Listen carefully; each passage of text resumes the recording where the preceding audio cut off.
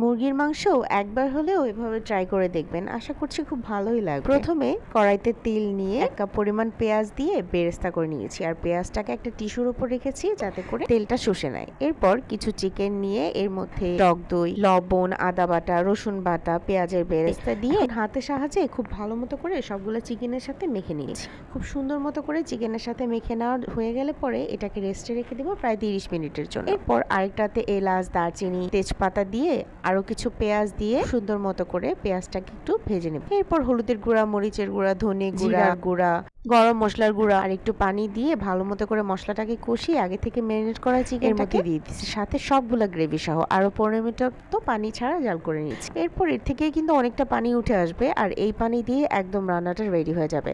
এখন নামানোর আগে একটু ধনেপাতা দিলেই কিন্তু একদম রেডি হয়ে যাবে এই চিকেনটা। আশা করছি সবার ভালো লেগেছে, আর ভালো লাগলে লাইক, কমেন্ট, শেয়ার করে পাশে থাকবেন। আল্লাহ হাফেজ।